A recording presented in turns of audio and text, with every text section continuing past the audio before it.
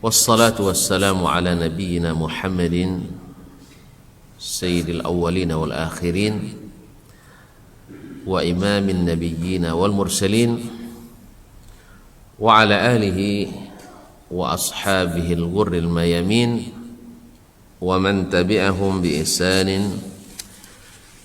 إلى يوم يمتاز فيه أصحاب الشمال عن أصحاب اليمين أما بعد فاتقوا الله أيها المسلمون حق تقاته تفوزوا عند ربكم يوم الدين يا أيها الذين آمنوا اتقوا الله حق تقاته ولا تموتن إلا وأنتم مسلمون معاشر المسلمين معاشر المسلمات الحاضرين والحاضرات والمستمعين والمستمعات والmusyahidin والmusyahidat. Kaum muslimin dan muslimat yang dirahmati Allah Subhanahu wa taala. Dengan izin Allah Subhanahu wa taala kita kembali melanjutkan kajian ilmiah kita bersama Imam Asy-Syafi'i rahimahullah melalui kitabnya Ar-Risalah.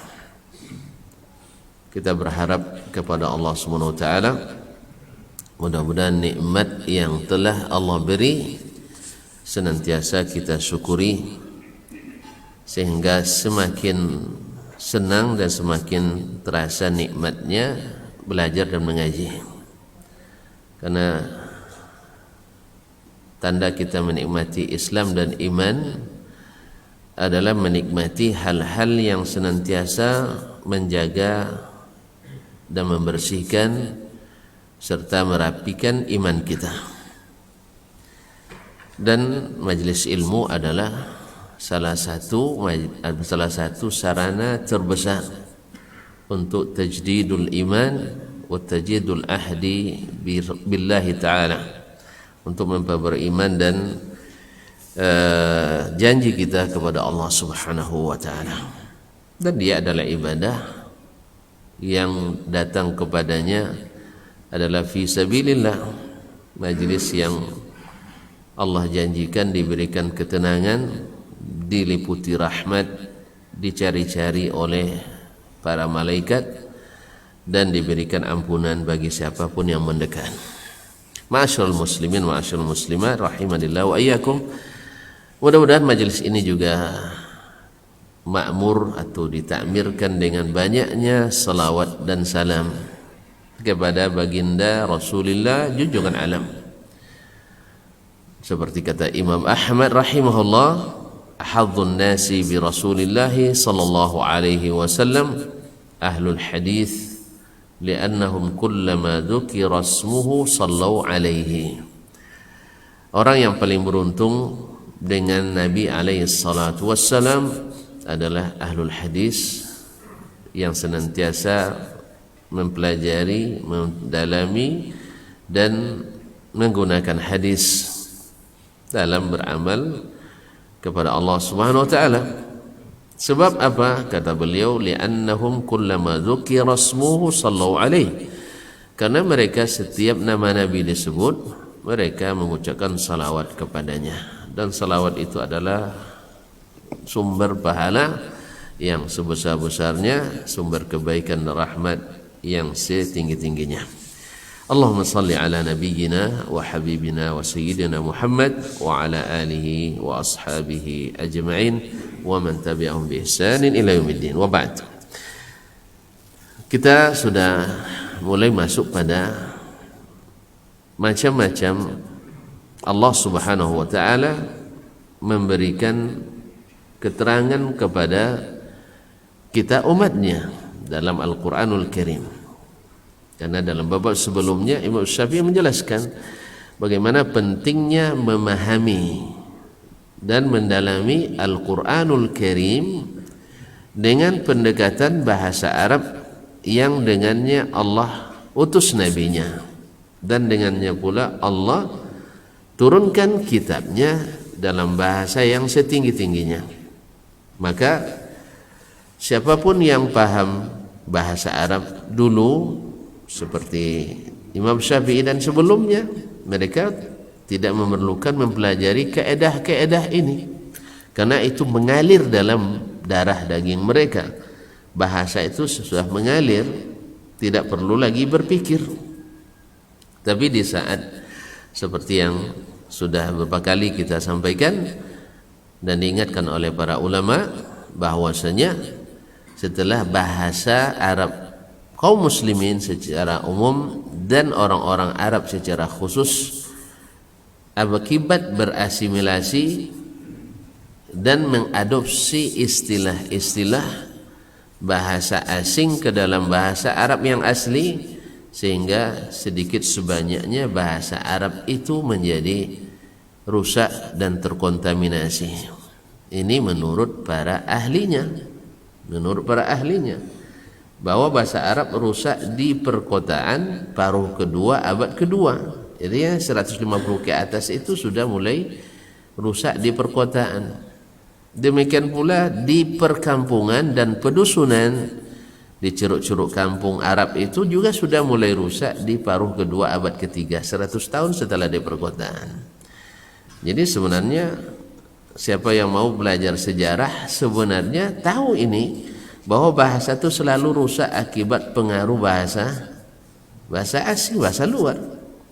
Dan kita sebenarnya sadar juga itu, cuman sudah dibuat semacam asumsi dan persepsi bila tidak menguasai bahasa asing dan istilah asing, kita dianggap tidak ilmiah oleh kaum akademisi kita.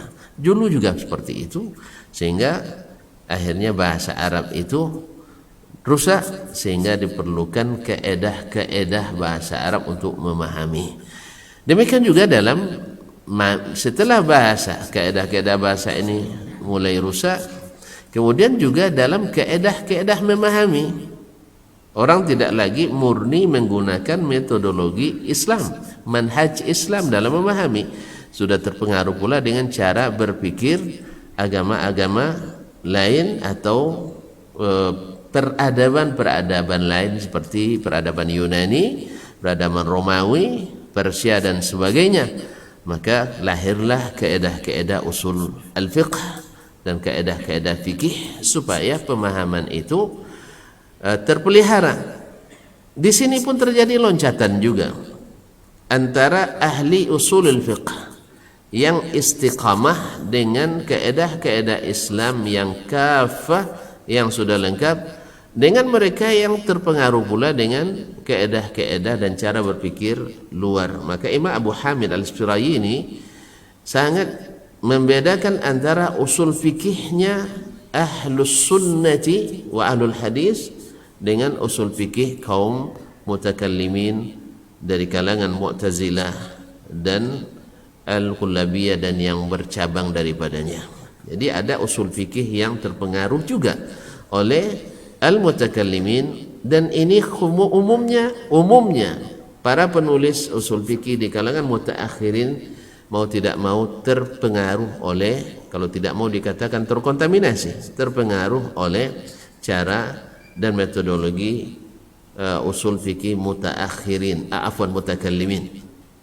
Oleh sebab itu kenapa kita hidupkan kembali metode Imam Asy-Syafi'i ini, walaupun menurut sebagian tidak sistematis seperti maksud sistematis itulah karena tidak mengadopsi cara-cara ahlul kalam di dalam memahami usul fikih seperti Imam Asy-Syafi'i rahimahullah taala. Kaum muslimin dan muslimat dirahmati Allah, qala al-Imam Asy-Syafi'i rahimahullah.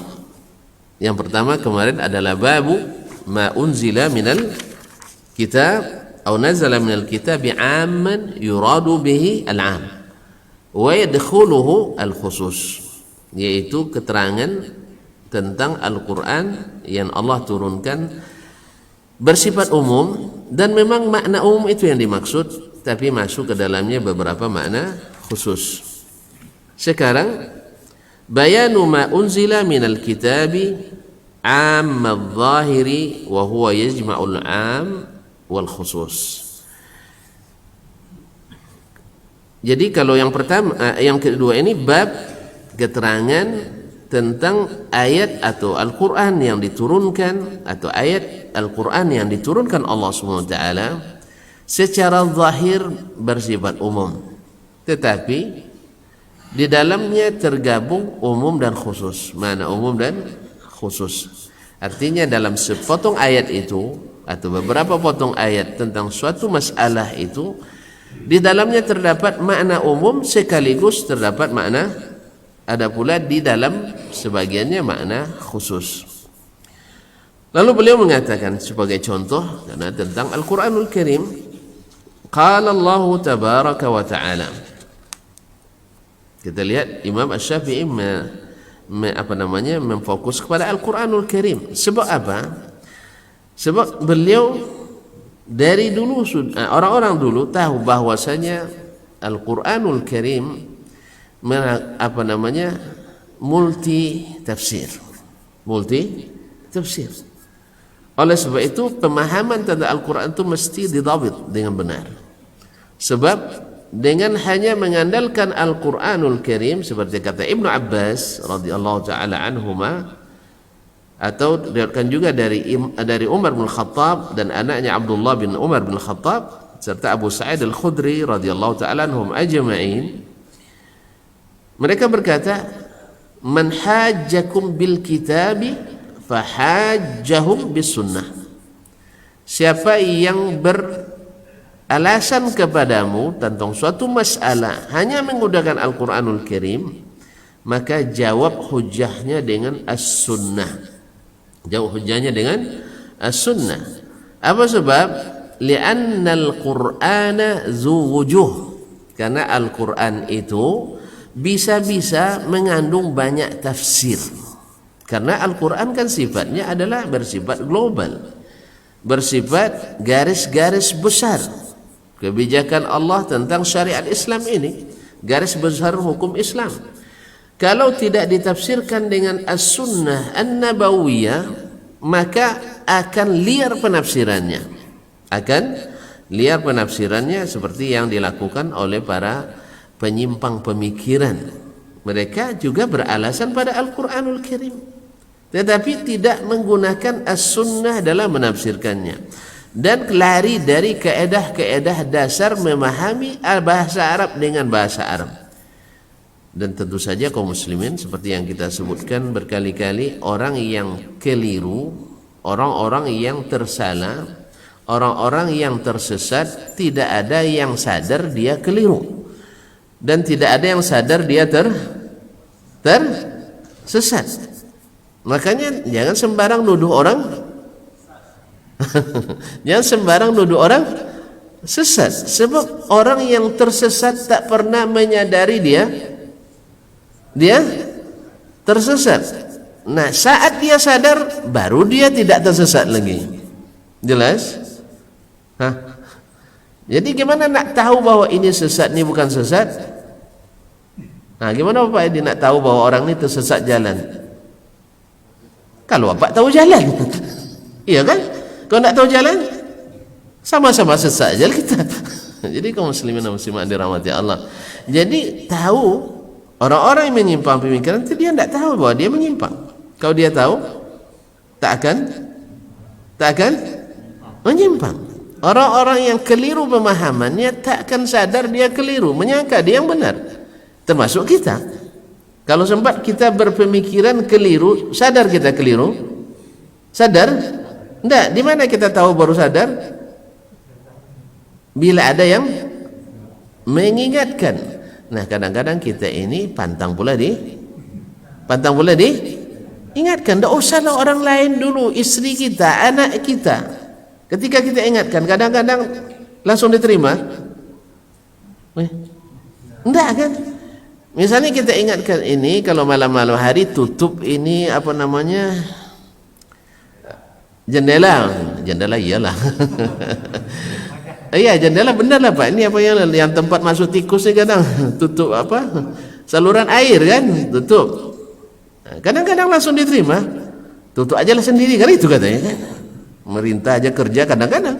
Jadi kaum muslimin dan muslimat, memang orang ini pantang untuk ditegur, betul? Betul? Kecuali negurnya, Pak sini. Ada duit. Itu tidak ada yang marah. Kaum muslimin dan muslimat. Tapi kalau disalahkan itu bantang. Dan masalahnya adalah kita yang keliru takkan pernah menyadari kita keliru. Di sini pentingnya kita selalu belajar. Selalu belajar. Kita akan tahu oh ternyata kita keliru rupanya. Dari mana tahu? Dari ilmu. Jadi ada beberapa kita ya karena memang kadang selalu dengan semangat dan hanya pegang satu pendapat, selain daripada itu salah semua. Itu wajar ya, orang-orang yang belum berilmu itu wajar, dia akan memegang pokoknya selain ini salah, apalagi memang itu yang ditalqinkan.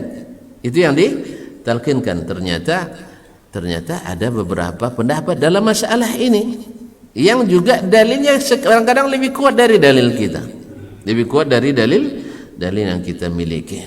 Kaum muslimin dan muslimat dirahmati Allah. Oleh sebab itu maka Imam Ibnu Abbas radhiyallahu taala anhuma dan lain-lain tadi mengatakan bila ada yang berhujjah hanya dengan zahir Al-Quran maka jawab dengan sunnah Nabi sallallahu alaihi wasallam. Karena seperti kata Imam Ahmad, inna sunnata tufassirul Quran, sunnah itu menjadi tafsirnya Al-Quranul Karim.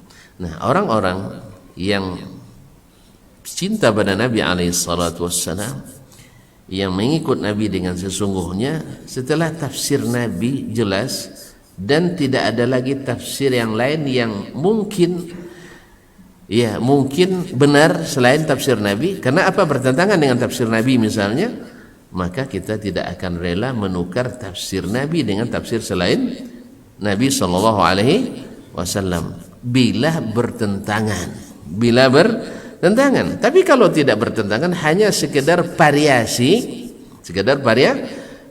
dari sebuah penafsiran, misalnya tentang masalah bagaimana meningkatkan mutu makanan, misalnya mutu tumbuh-tumbuhan. Ini kan bervariasi sifatnya. Nabi alaihissalatu wassalam misalnya menganjurkan kita makan apa? Yang halal dan taib. Tapi yang di Makkah dan Madinah banyak apa? Korma, daging, betul. Maka ada anjuran makan korma dari Nabi SAW. Tapi apakah bertentangan dengan tafsiran para dokter menganjurkan makan buah? Bertentangan? Tidak bertentangan. Ini hanya sifatnya variasi, bukan bertentangan. Tapi kalau kata Nabi jangan makan B2 B1 atau dua-duanya. Dua-duanya ya, SIM B1 dan B2. Jadi kaum muslimin jangan dimakan ya SIM ini. Kaum muslimin dan muslimat, ini bertentangan enggak? Ini enggak bisa. Jadi bila ada penafsiran dari Nabi alaihi salatu wassalam bertentangan dengan tafsir kita, bertentangan yang nyata, tidak bisa dikompromikan, maka kita tak pilih kecuali tafsir Nabi sallallahu alaihi wasallam. Nah, sekarang dari zahir bahasa sendiri ada yang bermakna umum secara zahir tapi mengandung makna umum dan khusus sekaligus. Beliau mencontohkan, qala Allah tabaraka wa ta'ala, inna khalaqnakum min dzakarin wa untha wa ja'alnakum syu'uban wa qabaila lita'arafu inna akramakum 'indallahi atqakum. Wa qala tabaraka wa ta'ala, atau terjemahan ayat sebelumnya, sesungguhnya kami telah menciptakanmu atau kamu min dzakarin wa untha, dari jenis laki-laki dan perempuan. Wa ja'alnakum syu'uban wa qabaila lita'arafu, dan kami jadikan kamu semua laki-laki dan perempuan ini berbangsa-bangsa, syu'uban berbangsa-bangsa, wa qabaila dan bersuku-suku. Untuk apa? Lita'arafu, untuk saling mengenal di antara kalian.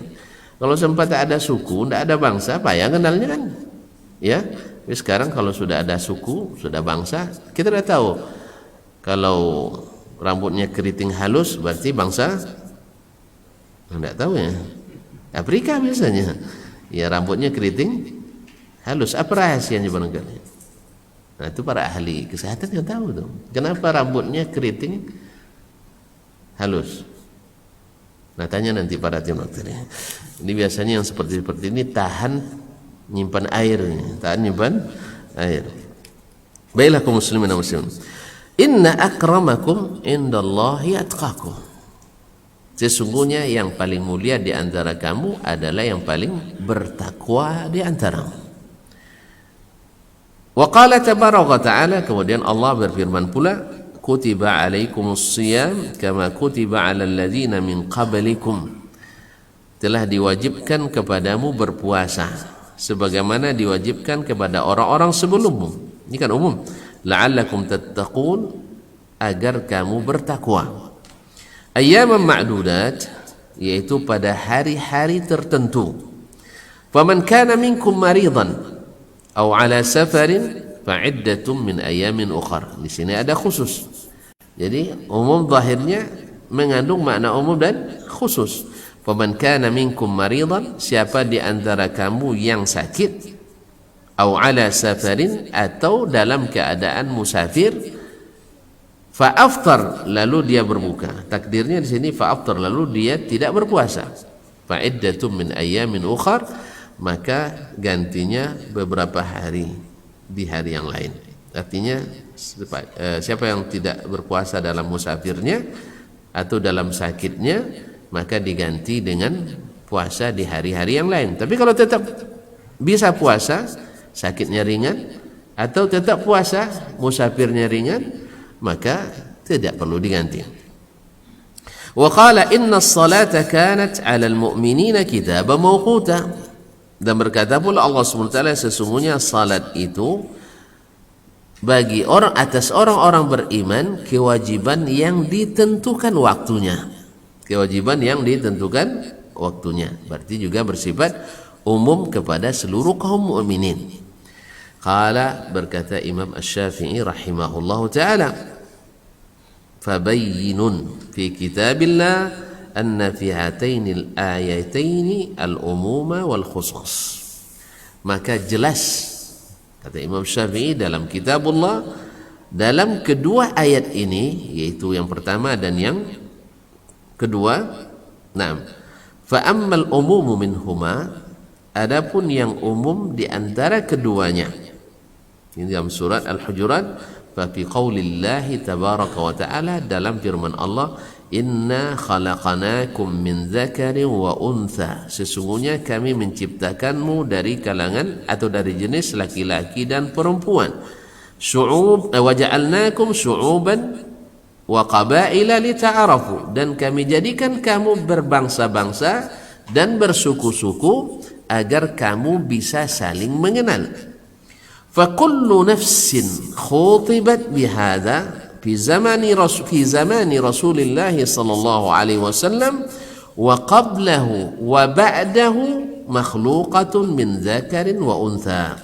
Maka setiap jiwa yang dikhitab dengan ayat ini, setiap jiwa, setiap orang yang disampaikan kepadanya ayat ini sejak zaman Rasulullah sallallahu alaihi wasallam dan zaman-zaman sebelumnya, wa ba'dahu, dan zaman-zaman setelahnya, makhluqatun min dzakarin wa untha, diciptakan dari jenis laki-laki dan perempuan. Berarti umum ayat ini mengandung bahwa sesungguhnya bukan yang dimaksud orang-orang yang ada zaman Nabi saja, tidak. Walaupun khitabnya kamu itu kan zaman Nabi kan, tetapi maksudnya adalah seluruhnya.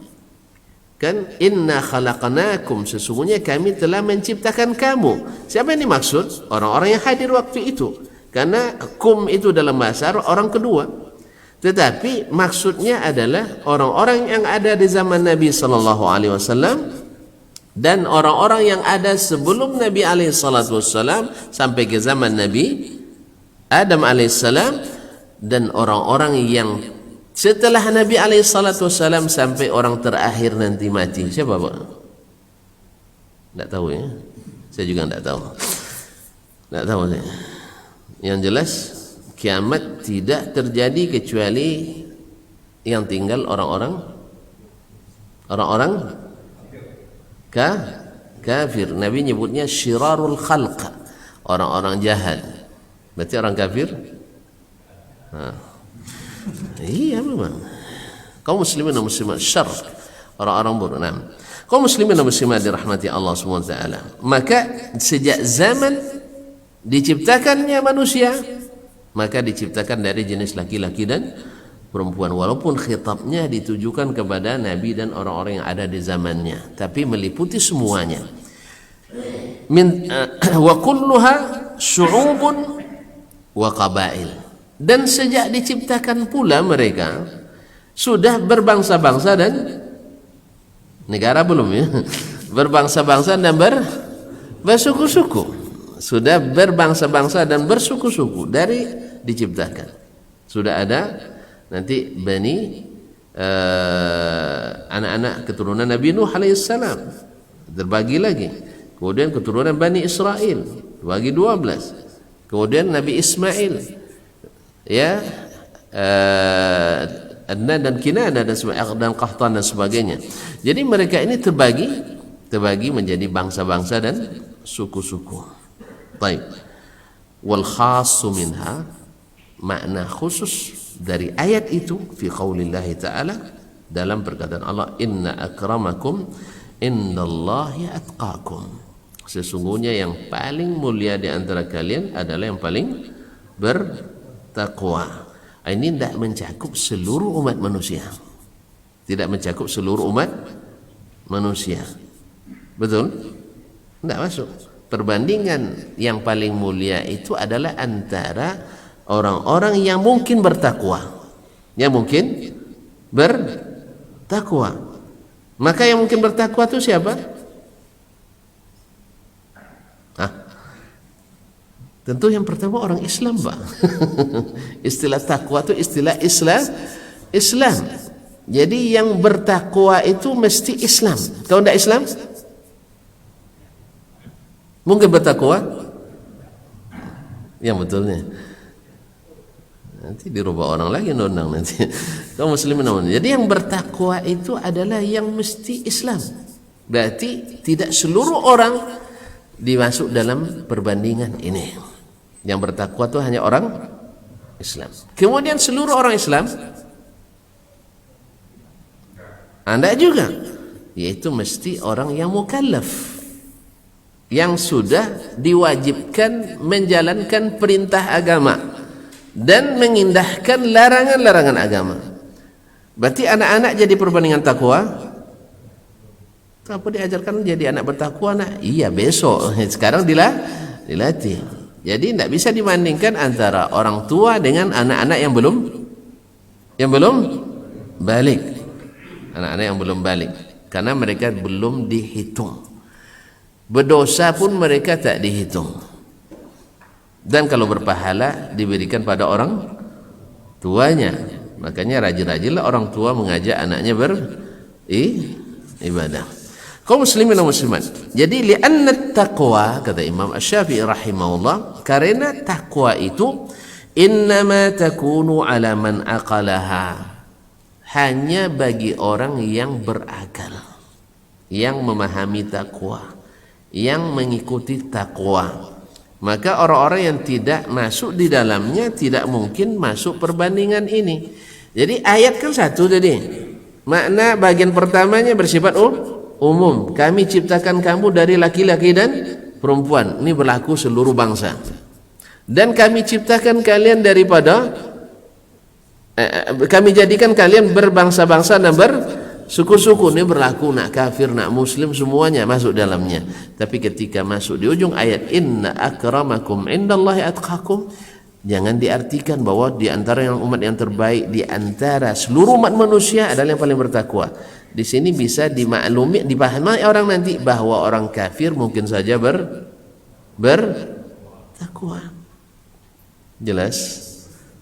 Kenapa dijelaskan oleh Imam Syafi'i rahimahullah? Karena memang ada pemahaman yang nyeleneh seperti ini, bahwasanya orang kafir yang adil lebih baik daripada gitu ya. Orang kafir yang tidak korupsi lebih baik daripada Orang Islam yang korupsi tidak sesuai perbandingannya. Jelas? Karena ayat ini tidak mengandung seluruhnya. Inna akramakum ini hanya antara orang-orang beriman. Ini apa makna takwa itu? At-taqwa apa artinya? Melaksanakan perintah Allah, meninggalkan larangan Allah. Taib, orang kafir mungkin? Nah, karena memang pada asalnya mereka juga tidak masuk dalam perintah syar'i. Orang kafir tidak diwajibkan melaksanakan salat, betul? Orang kafir wajib salat? Kalau sempat nanti ada hayatul amri bil ma'ruf di negeri kita atau hisbah, yaitu hayat lembaga amar ma'ruf nahi mungkar, yang salah satu kerjanya yang paling mungkar itu adalah meninggalkan salat. Tentu tidak tahu ya. Yang paling mungkar di antara mungkar itu adalah meninggalkan salat. Maka bila ada orang Islam yang tidak salat, nih kemungkaran lebih daripada berzina, lebih daripada korupsi. Betul ya? Nah, tuan-tuan, lebih korupsi lebih besar nampaknya. Ya Allah ya Rabbi, kaum muslimin meninggalkan salat lebih berdosa dari maka, tapi saya tidak nyuruh korupsi, jangan salah paham saya. Ya, korupsi itu besar dosanya. Ada yang nanya dulu, Ustaz, korupsi, orang koruptor dia potong tangan? Tidak boleh saya bilang, karena dia tidak mencuri. Tapi potong leher boleh. Jelas? Mana yang rusak, korupsi atau mencuri? Tapi kau tidak potong tangan? Yang boleh potong potong leher. Kalau sempat tuan-tuan ke Korea Utara, dirudal. Allah musta'an. Kaum muslimin dan muslimat dirahmati Allah. Jadi korupsi itu jahat, tetapi meninggalkan salat lebih betul. Orangnya baik Ustaz, cuma tidak salat di sini. Gimana nak baik dia tidak salat? Itu dalam pandangan manusia, betul. Karena manusia akan menilai, kalau mau ngasih baik, kalau tidak mau ngasih. Nah, itu masalahnya. Kita kan pandangan kita gitu. Ini orang masya Allah pemurah, jalan rusak dia perbaiki, ya dah. Ada orang tidak makan dikasih makan, suka senyum. Kalau ketemu jabat tangan, walaupun corona. Iya, misalnya. Ini orang baik, pandangan kita memang. Tetapi sebenarnya dia dalam keburukan yang luar biasa. Karena meninggalkan yang paling dicintai oleh Allah. Berarti kemungkaran yang paling besar. Mana yang lebih berat? Meninggalkan perintah atau melanggar larangan? Meninggalkan perintah lebih berat daripada melanggar larangan. Tuan-tuan, jadi oleh itu kaum muslimin dan muslimat dirahmati Allah, maka takwa ini hanya berlaku perbandingan takwa, tidak antara orang Islam dengan selain Islam, tidak antara yang mukallaf dengan ghairu mukallaf. Imam Syafi'i, dan ada orang yang mengatakan itu. Makanya penting kita mengetahui tafsir ini, bahwasanya perbandingan itu hanya pada orang-orang tertentu, tidak berlaku umum. Jelas? Jadi ini faedah Imam Syafi'i menafsirkan ini, supaya nanti tidak datang orang-orang liberal, orang-orang sekuler, orang-orang yang tidak mengerti agamanya, lalu mengatakan orang kafir walaupun tidak bukan salat, jelas tak salat. Orang kafir yang baik lebih baik daripada orang Islam yang buruk. Ini salah. Orang Islam itu ada yang baik, ada yang buruk. Tapi orang kafir buruk semua di sisi Allah ya, di sisi Allah. Saya catat di sisi Allah. Tapi kalau dalam pandangan manusia, dalam indikator atau dalam barometer kemanusiaan, betul. Saya katakan bahwasanya si fulan walaupun kafir dia lebih baik akhlaknya, lebih baik moralnya daripada orang Islam.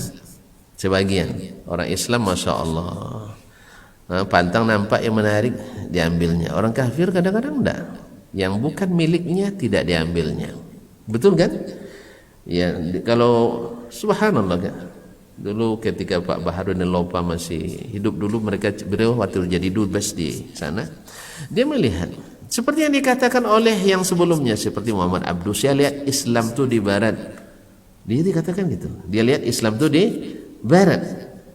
Saya lihat kaum muslimin di timur. Walaupun ungkapan ini tidak sempurna, tidak benar, saya tidak setuju dengan ungkapan ini. Tapi tuan-tuan setuju silakan. Ini masalah khilafiyah saja nih. Ya tergantung apa maksudnya. Islam tetap ada di kita. Sebab sekecil apapun kebaikan, sebesar apapun keburukan, orang Islam masih ada kesempatan masuk surga. Tapi seperti apapun kebaikan orang kafir, sebesar apapun khidmat yang diberikan orang kafir, tak mungkin masuk surga. Mana yang lebih baik, ahli surga atau ahli neraka? Tentu yang sembarang masuk orang ke neraka katanya. Enggak, orang kafir memang tidak ada chance masuk surga. Dan keyakinan kita sama kok, mereka juga berkeyakinan mereka ahli surga, kita impas kita kan? Impas kan? Sama kan? Mereka berkeyakinan mereka benar, kita salah, tidak masalah. Tidak masalah. Juga mereka juga tidak boleh masalahkan kita. Kita yang katakan kita ahli surga, mereka ahli neraka. Berarti dua-duanya benar ya? Enggak, dua-duanya enggak benar. Bukan dua-duanya benar, salah satunya pasti benar. Dan kita tahu pasti benar karena ini ada Al-Quran, ada Sunnah Nabi SAW dengan bukti-bukti apapun, secara ilmiahkah, secara fakta dan data, diperkuat dengan mukjizat-mukjizat yang tak terbantah. Jelas ya? Jadi orang kafir menghukum kita, orang non muslim menghukum kita kafir juga. Bahkan lebih dahsyat, domba-domba yang lebih dahsyat. Awak jadi binatang awak jadinya kalau awak bilang mereka kafir, masih manusia. Sah? Kita domba. Ya kalau penting disembelih aja, tidak tahu tuannya deh. Makanya banyak orang-orang tuh nyembelih kita. Kalau kita umat Islam dilarang untuk melakukan tindakan yang tidak syar'i, termasuk membunuh orang yang tidak boleh dibunuh. Dalam Islam orang kafir itu kan bagi 4, 3 tidak boleh dibunuh, hanya 1, yaitu mereka yang memerangi kita. Dan di perang pun kita masih syarat lagi, tak boleh bunuh orang tua, tak boleh bunuh rakyat apa sipil tuh yang tak ikut tak ikut berperang, tak boleh bunuh ulamanya, mereka juga punya ahli agamanya kan. Tak boleh bunuh kaum wanita dan anak-anak. Kita terhormat perang kita, maka perang kita itu suci. Kalau mereka enggak, mereka semuanya dihabisi, nak anak-anak, nak wanita, nak ulama. Justru ulama yang paling dicari, karena mereka tahu bahwa ulama adalah sumber kekuatan umat. Karena kita menangnya bukan dengan senjata, tapi menangnya dengan iman, dan itu dapatnya dengan ilmu yang diberikan oleh para ulama. Kaum muslimin dan muslimat yang dirahmati Allah. Jadi takwa itu adalah sifatnya orang-orang beriman. Maka ini ayat inna akramakum indallahi atqakum adalah ayat bersifat khusus. Dalam satu ayat ini ada makna umum yang memang dimaksud makna umum, dan ada di dalamnya makna khusus yang dimaksud adalah orang-orang tertentu. Qala Asy-Syafi'i rahimahullah, li'anna at-taqwa innama takunu 'ala man aqalaha, karena takwa itu berlaku pada orang yang berakal, yang memahami makna takwa itu, yaitu orang-orang Islam yang balik. Wa kana min ahliha, dan mereka masuk bagian dari ahli taqwa, minal balighina min bani Adam, yaitu orang-orang yang sudah balik dari bani Adam, dari anak-anak Adam ini.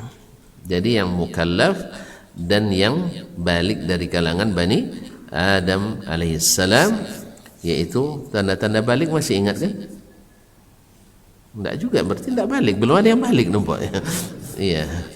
Yang pertama yang disepakati adalah sampai umur 15 tahun. Kalau belum pernah haid dan nifas bagi perempuan, kalau sudah haid dan nifas walaupun belum 15 bagi perempuan, atau pernah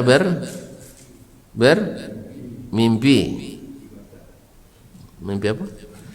Mimpi basah. Berarti dah paham, dah balik nih. Kalau itu dah paham tuh. Alhamdulillah. Atau keluar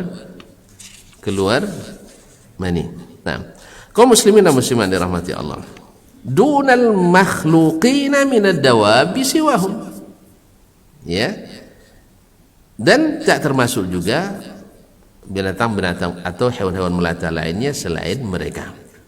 Wa duna al maghlubina ala uqulihim minhum, dan tak termasuk juga orang-orang yang tidak berakal, orang-orang yang orang-orang yang ada keterbatasan, apa istilahnya, orang-orang berkebutuhan khusus, istilah kita memantau ya, yaitu orang-orang yang akalnya tidak sempurna. Wal atfalil ladzina lam yablughu, dan para kekanak atau kanak-kanak yang belum balik. Wa uqilat taqwa minhum, dan tidak mungkin dipahami ketakwaan dari mereka karena mereka belum mukallaf. Jadi takwa di sini perbandingan inna akramakum indallahi atqakum adalah ahlinya takwa itu, yaitu orang-orang beriman. Berarti dalam ayat ini di awalnya makna umum berlaku untuk seluruh makhluk, dan di belakangnya bermakna khusus hanya berlaku bagi kaum muslimin dan mukminin.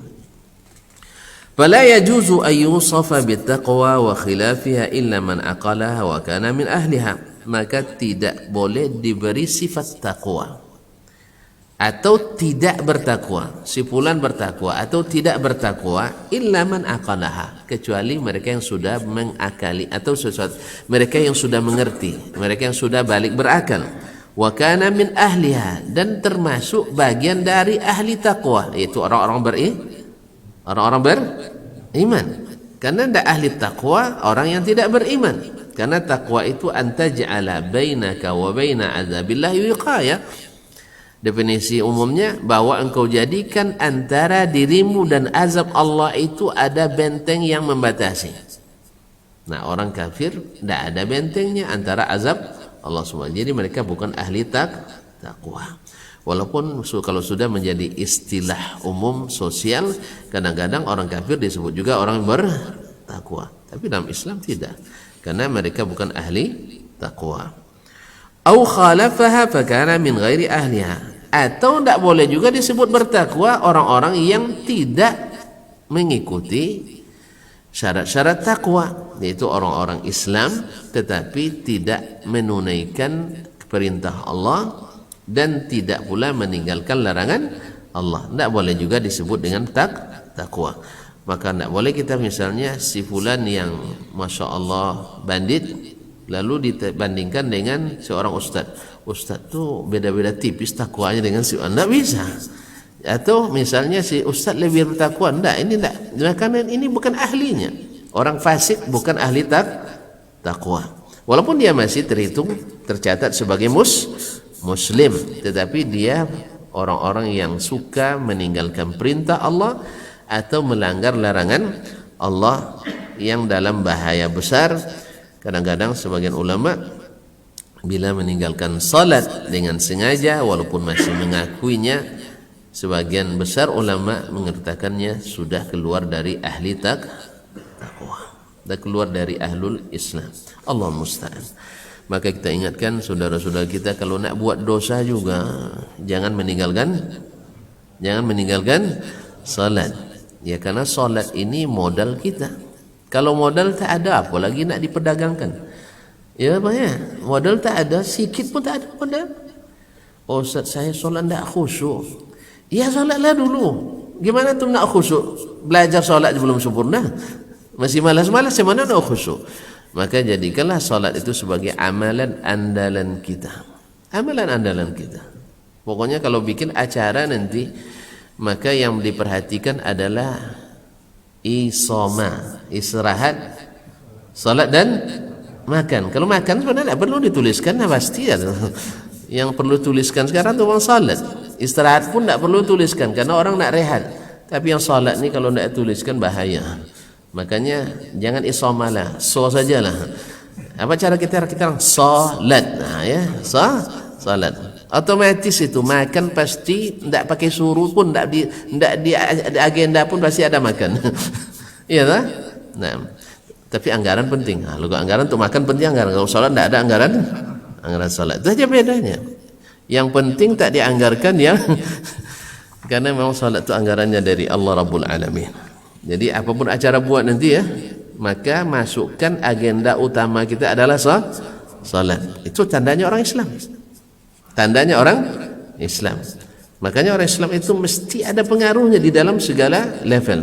Kalau dia diberikan sesuatu, nak kepala kantor, nak kepala bagian, kepala seksi, nak ketua panitia, koordinator, sebagainya, harus punya ini. Bahwa kita jadikan salat sebagai agenda utama kita. Jelas? Oh, kita sama-sama musafir, tidak masalah, jamak takhir atau jamak takdim. Yang penting salat masuk agenda. Oh, enggak Ustaz, kita sama-sama musafir jadi salat enggak usah aja, enggak ada cerita. Nah, baiklah kaum muslimin muslimat. Au khalafaha min ghairi ahliha, atau menyalahi takwa dari orang-orang yang bukan bertakwa, enggak bisa disebut muttaqwa. Wal kitabu yadullu ala ma wasaftu wa fi sunnati dalalatun 'alaiha. Dalam Alkitab, Al-Qur'anul Karim, ayatnya banyak menunjukkan apa yang telah saya sebutkan. Contohnya ayat tadi yang beliau sebutkan, termasuk ayat yang kedua tadi tentang puasa. Puasa itu diwajibkan kepada seluruh orang beriman, betul? Ini umum kan? Tapi di ujungnya ada khusus. Siapa yang sakit, siapa yang musafir, wajib puasa. Ini berarti tidak masuk dari perintah wajib puasa.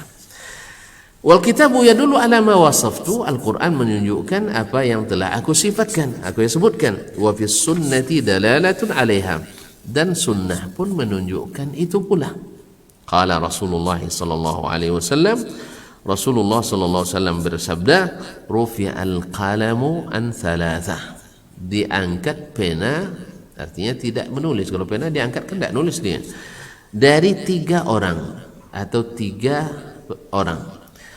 An-naimi hatta yastayqiz, yaitu dari orang yang tidur sampai dia bangun. Sampai dia bangun.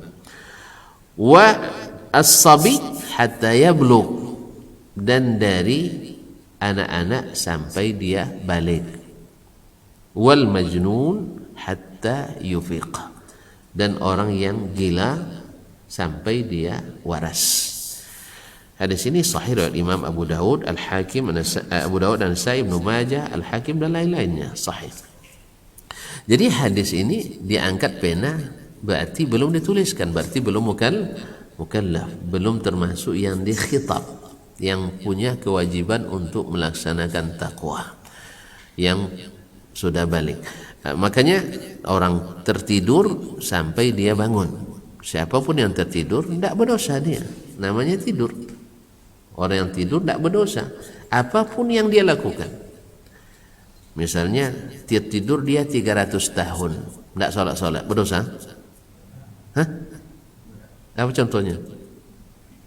Ashabul Kahfi. Ashabul Kahfi berapa tahun? 309. Ada sholat? Tidak ada dia sholat, berdosa? Masuk surga dia? Innahum fityatun amanu bi rabbihim wa zidnahum huda. Mereka adalah orang-orang beriman. Taib, Nabi Uzair tertidur berapa lama? 100 tahun. Berdosa dia tidak sholat? Ya enggak. Jadi siapa yang tertidur tidak apa. Makanya tidur aja lah. Iya, tapi jangan sengaja tidur gitu. Tidur aja lah sepanjang masa. Nah, tapi udah bangun, kalau udah bangun berarti berdosa kita. Jadi siapa yang tertidur subuh udah bangun dia tadi, tapi habis itu tidak tertidur lagi, nah itu maksudnya. Tapi kalau betul-betul tertidur tak bangun-bangun, tapi saya yakin kalau bapak ada ini pasti dibangun sama mak-mak nih. Kalau sempat tidak bangun sampai jam 7 dah dipukul-pukul dibunyi-bunyikan kuali di belakang tu. Taib, was-sabi hatta yablugh, dan anak kecil sampai dia balik juga tak dicatat.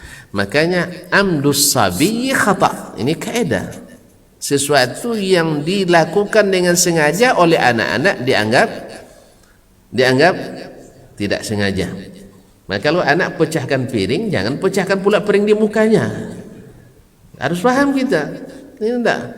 Anak pecahkan 1, ayah pecah 5. Ini rugi besar kita. Anak sudah terdidik keras, awak pun rugi rugi piring 5, buat tambah pun bini pun marah sama kita lagi.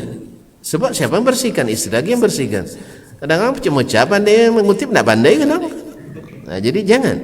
Sebab anak-anak, makanya dengan anak-anak ini kaum muslimin, kalau tidak fatal, tidak berbahaya, lebih banyak kita seperti tidak mengetahui, tapi tetap dicatat dalam pikiran kita.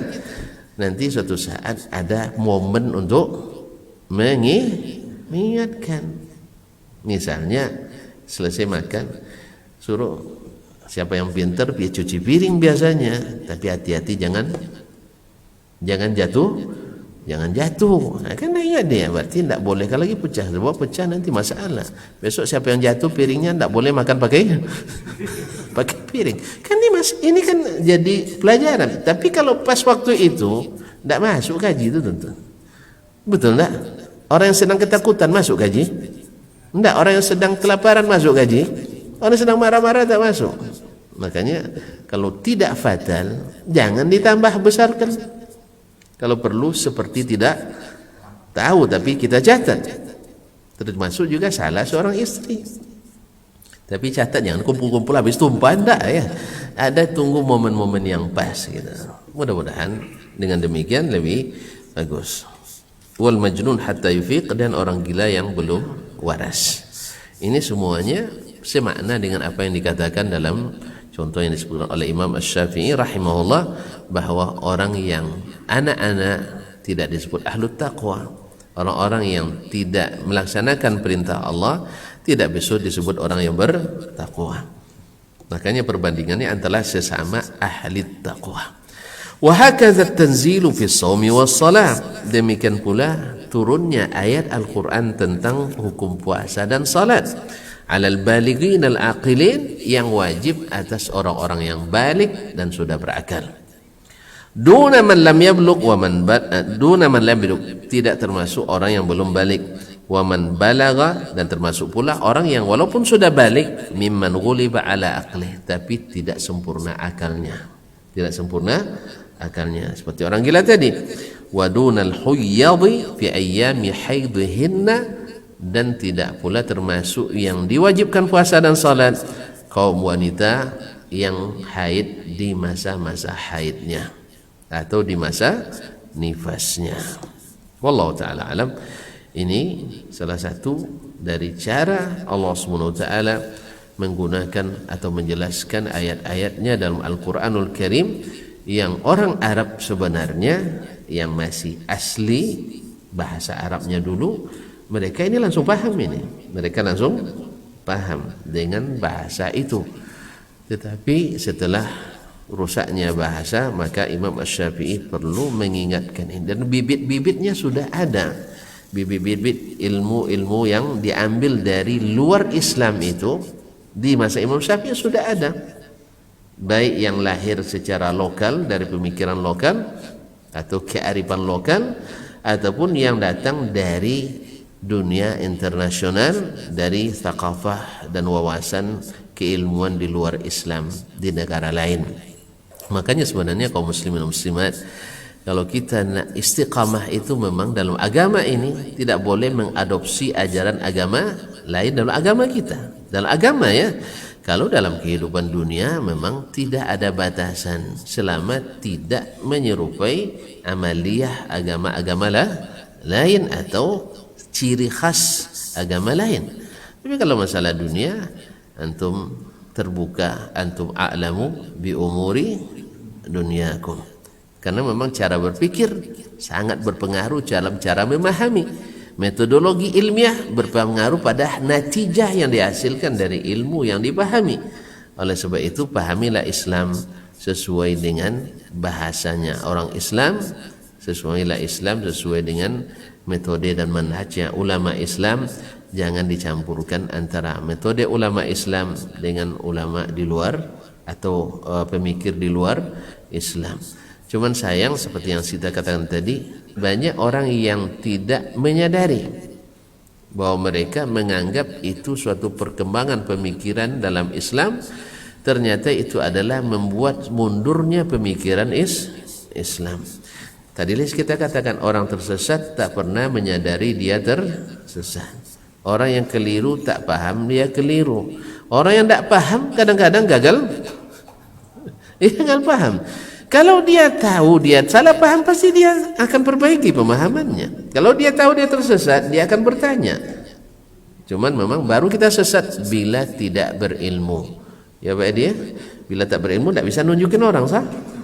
Kita pun bisa tersesat gara-gara ini. Maka yang tidak berilmu memang harus ekstra hati-hati dan selektif. Harus selektivitasnya tinggi dalam mencari ilmu, yaitu tidak mengambil kecuali dari orang-orang yang terkenal istiqamahnya. Tapi kalau bagi orang yang sudah diberikan ilmu untuk mengkomparasikan supaya bisa menunjukkan di mana titik kelemahan dan kesalahan, ya ibarat bersilat Pak ya, jangan pelajari jurus aliran lain dulu sebelum matang di jurus kita. Tapi kalau suhu-suhunya kan boleh aja kan, dia nak mempelajari titik kelemahan. Tapi kalau anak-anak nanti kacau jurusnya, sebagaimana juga yang belum berilmu untuk menahan nafsu, jangan seperti orang berilmu. Amalkanlah yang kita yakini, tapi jangan segera ikut pula mengadili seperti orang yang berilmu. Ini penting ini, karena kita tidak kalau kita tidak punya ilmu, kita tidak dituntut untuk amalan orang lain. Tapi kalau kita berilmu, mau kewajiban kita. Oleh sebab itu, orang-orang yang belum punya ilmu yang mumpuni, maka tidak ikut-ikut untuk menilai amalan orang lain, kecuali melalui para ulama. Tanyakan, Ustaz, saya yang saya ketahui begini, tapi saya lihat pula di sana begitu pula. Gimana? Jangan langsung, itu masjid hati-hati, tidak sama amaliyahnya sama kita. Tidak mesti seperti itu. Kaum muslimin muslimat dirahmati Allah. Kalau tidak nanti banyak jari yang patah nanti. Seperti kisah di Masjidil Haram itu, orang Pakistan atau Afghanistan melihat dia kan Hanafi, pantang bergerak dalam salat. Geser dikit aja tidak boleh. Makanya mereka kalau sudah tidak lurus safnya dalam salat ketika berdiri itu tidak diharap dia akan meluruskan. Pantang itu bagi mereka. Itu pula keyakinan mazhab Hanafinya. Nah, kalau Hambali kan tidak banyak geraknya kan. Kalau tidak lurus maju mundur dia kan. Kadang narik orang pula kadang. Dalam mazhab Hambali tidak masalah. Tapi mazhab Hanafi hati-hati. Nanti untung dia tidak boleh bergerak. Kalau tidak disikutnya kita. Kalau sempat kita rapatkan sab disikut. Untung tidak boleh bergerak kan. Sebab bergerak kan itu. Tapi dari lupa dia ketika dia lihat begini terganggu dia, lupa tidak boleh bergerak, diambil dipatahin. Itu kenapa? Karena dia hanya tahu tidak boleh sedikit pun bergerak. Dia tidak tahu bahwa ada gerakan yang dibolehkan dalam salat bila berkaitan dengan kepentingan salat. Misalnya saf kita, lalu ada yang batal wudunya, boleh bergerak? Ya wajib. Wajib dia tinggalkan saf. Nah sekarang terputus, boleh disambung? Di mazhab Hanafi jangan coba-coba. Maksudnya orang-orang yang awamnya ya. Kalau ulamanya enggak, ulamanya paham mereka. Cuman orang awamnya kadang seperti itu. Jangan coba-coba bergerak, batal salat. Maka harus dipahami seperti itu ya. Ada pula nanti ada yang salat tak bersedekap, ya tak? Datang jemaah lagi, Ustaz, banyak syiar rupanya di situ. Rupanya orang mazhab Maliki. Walaupun pendapat itu marjuh dalam mazhab Maliki, banyak diamalkan oleh pengikut mazhab Imam Malik. Sebagaimana juga dalam mazhab Syafi'i, berapa banyak pendapat yang marjuh, yang lemah, tapi diamalkan oleh pengikut mazhab Syafi'i. Dan itu kalau ditegur, auzubillah, bisa dipersekusi kita gara-gara itu. Oleh itu perlu untuk menahan diri, tidak segera mengadili orang lain. Ya, harus melalui para ulama. Oleh sebab itu, tetapi untuk kita selektivitas harus tinggi. Tidak sembarang mendengarkan, tidak sembarang belajar. Kalau memang sudah dikenal, misalnya tidak istiqamah dan konsisten dalam menegakkan sunnah Nabi sallallahu alaihi wasallam. Wallahu taala alam wa sallallahu ala nabiyyina Muhammadin wasallam. Mohon maaf dan terima kasih. Mudah-mudahan kita masih diberi waktu lagi untuk berjumpa kembali, menambah ketaatan diri, dan semoga apa yang kita sampaikan Kalau yang benar semata-mata taufik dari Allah SWT, dan yang salah dan keliru kelemahan saya, semoga Allah mengampuni dan bapak dan ibu, saudara dan saudari dapat memaklumi. Wassallallahu ala nabiyyina Muhammad wasallam, wa subhanakallahumma bihamdik asyhadu an la ilaha illa ant astaghfiruka wa atubu ilaik. Wassalamu alaikum warahmatullahi wabarakatuh.